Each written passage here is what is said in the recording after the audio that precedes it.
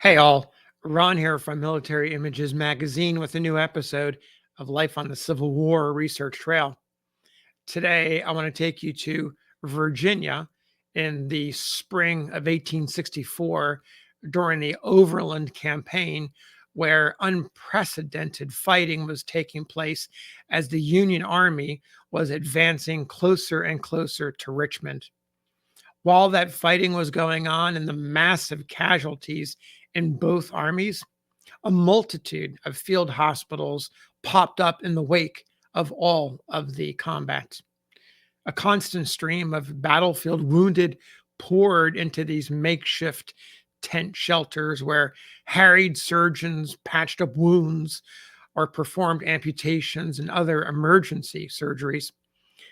One of the uncounted numbers of men who rolled into one of these medical halfway houses was a Union sergeant from New Hampshire. His short ride in a creaky ambulance from the battlefield to a field hospital would become one of his most enduring memories of the war. His name is Tom Osgood, and he's pictured here. He was a sturdy soldier with what was said a philosophical bent of mind, and the long gray streaked beard added to that wisdom that he carried. On May 14th, 1864, he was just a few weeks shy of his 50th birthday, old enough to be the father of most of the boys in the ranks.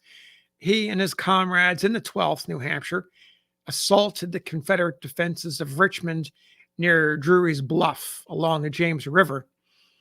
Dense woods, a mass of spiked trees slowed the progress of the New Hampshire men. Behind these barriers lay Confederate Fort Stevens, mounting a pair of howitzers that were soon brought to bear on Tom and his fellow New Hampshire men.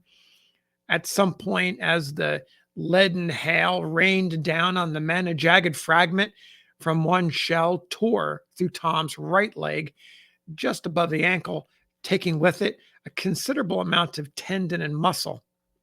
Needless to say, he couldn't walk. He received basic treatment on the field and waited for further assistance.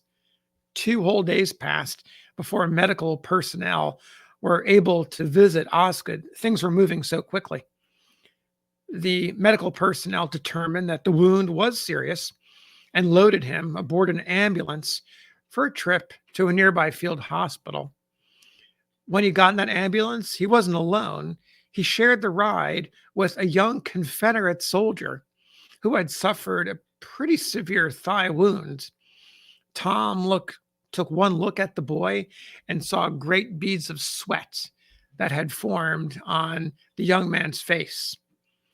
Osgood reacted by pulling himself up on an elbow, and he reached into his coat, and Tom pulled out a handkerchief, and he wiped the face and the brow of the Confederate, who, by the way, of course, is now a prisoner of war. Tom repeated that tender act of mercy 2 or 3 times without saying a word, just involuntarily pulled out that handkerchief and tried to make the boy comfortable. At some point, the young boy recognized Tom's kindness and noted how strange it was that 2 enemies lying side by side should have such an unusual moment. Years later, Tom recalled the reaction and a subsequent conversation that they had. The idea of being enemies was raised, and the boy looked at Tom and said, "Why, you belong to the Union Army, don't you?" Tom said, "Yes, I do." "Well," said the boy, "I belong to what you call the rebel army." Tom said, "I'm aware of that, but I see no reason why we should be enemies. I don't know as you ever injured me or that I ever injured you. And why should we have any ill will toward each other?" The boy said, "What are you fighting us for then?" Tom said, "Oh, we're not fighting you. We're fighting what you call the Southern Confederacy, only wishing to injure you as we were obliged to in order to destroy that so we can have but one government, and that the good old one of our fathers, under which we can all live in peace and harmony as heretofore, and the old flag on Bunker Hill in Yorktown once more wave over a united and happy nation.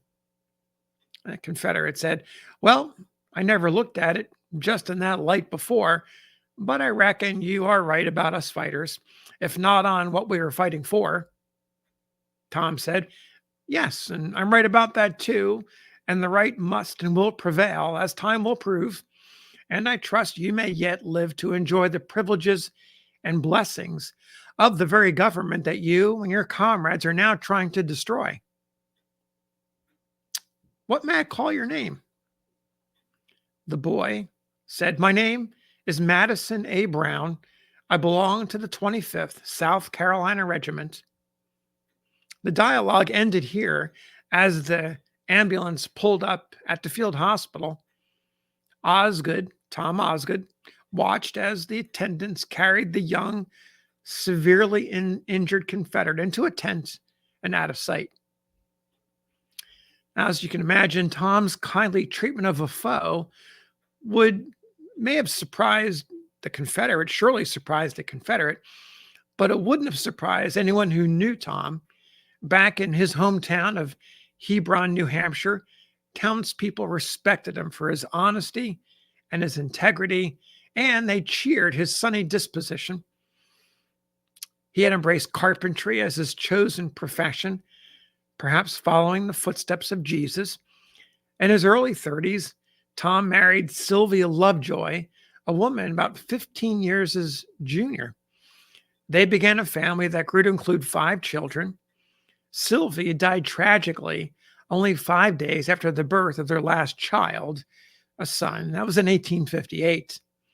Just a few years later, the war came, and the widowed Tom and his 5 motherless children lived in Bristol, New Hampshire, which is about 35 miles from Concord. In the summer of 1862, he placed his children in the care of relatives and enlisted in Company C of the 12th. The men elected officers and non-commissioned officers, a common practice in the volunteer army, and they voted Tom corporal. Well, the men chose wisely. According to the regimental historian, quote, "Osgood was a model soldier. He was ever ready, without a murmur, to perform any duty assigned, however hazardous. He never lost faith in the final success of Union arms, and his pleasant hopefulness was a constant benediction to all with whom he came in contact." End quote. He proved his mettle on the battlefield. He narrowly avoided capture while on picket duty at Fredericksburg in December of 1862, and he was reportedly one of the last to cross the Rappahannock River before the pontoon boats were pulled out during that retreat, that famous retreat from Fredericksburg. Months later at Chancellorsville in May 1863, he suffered a gunshot wound in the right arm. That Chancellorsville wound caused him to miss the Battle of Gettysburg, but he rejoined his comrades at Point Lookout, Maryland. The 12th and 2 other New Hampshire regiments had been sent to Point Lookout at the end of July of 1863 to guard Confederate prisoners. After the trials and tribulations of the recent campaigns, the New Hampshire men found Point Lookout to be something of a paradise. Here, they were able to rest and recuperate after the rigors of life in camp and on campaign. The men rejuvenated their spirits with regular prayer meetings in a small grove of pines near camp. The Confederate prisoners whom they guarded may have inspired them. According to that regimental historian, quote, "Religious services were held every Sabbath in the prisoners' camp, the chaplains of the different regiments taking turns in conducting them, and fervent interest was frequently manifested, especially among the soldiers from General Jackson's command, who had imbibed somewhat of the Christian zeal of their great leader." End quote. Those New Hampshire boys, those men, soon outgrew the pines, however, and raised funds for the construction of a proper chapel, which was dedicated with a stirring sermon on the last Sunday of 1863. By this time, noted the historian of the 12th, quote, quite a church of humble and devoted worshipers in the Christian faith was organized from the 12th and the other two regiments, the two New Hampshire regiments, which, without schism or discussion, excepting upon one question, grew up and flourished, end quote. The historian continues, quote, the question alluded to was upon the propriety of excommunicating the venerable, now Sergeant Osgood of Company C, who, it was discovered, was a believer in universal salvation. This was deemed to be too dangerous a doctrine to be tolerated, much less to be openly communed with. And so, without any other charge against him, he was voted out, end quote. In fact, Osgood, Tom, was a universalist. He shared in the belief, as it was stated in one book of the times, quote, that God is a universal Father and that all men are brethren destined to a common salvation, end quote. Though the doctrine traced its American roots to colonial times, it had only come into its own during the late 17th and early 18th centuries. One of its guiding voices was a theologian, Jose Ballou, a likewise son of New Hampshire. Ballou is considered one of the fathers of American Universalism. In his view, quote, between the humble and contrite heart and the majesty of heaven, there are no barriers. The only password is prayer, end quote. The excommunication of Tom Osgood did not dampen his spirits. In fact, it appears to have deepened his faith. Just a few months after he was ostracized, he suffered that wound at Drewry's Bluff. The damage to his leg ended his service as a combat soldier, and he spent the rest of the war in and out of military hospitals in Washington, D.C. and Manchester, New Hampshire. He received a disability discharge in July of 1865. Tom reunited with his children in Bristol and resumed his livelihood as a carpenter, despite the crooked and deformed condition of his leg.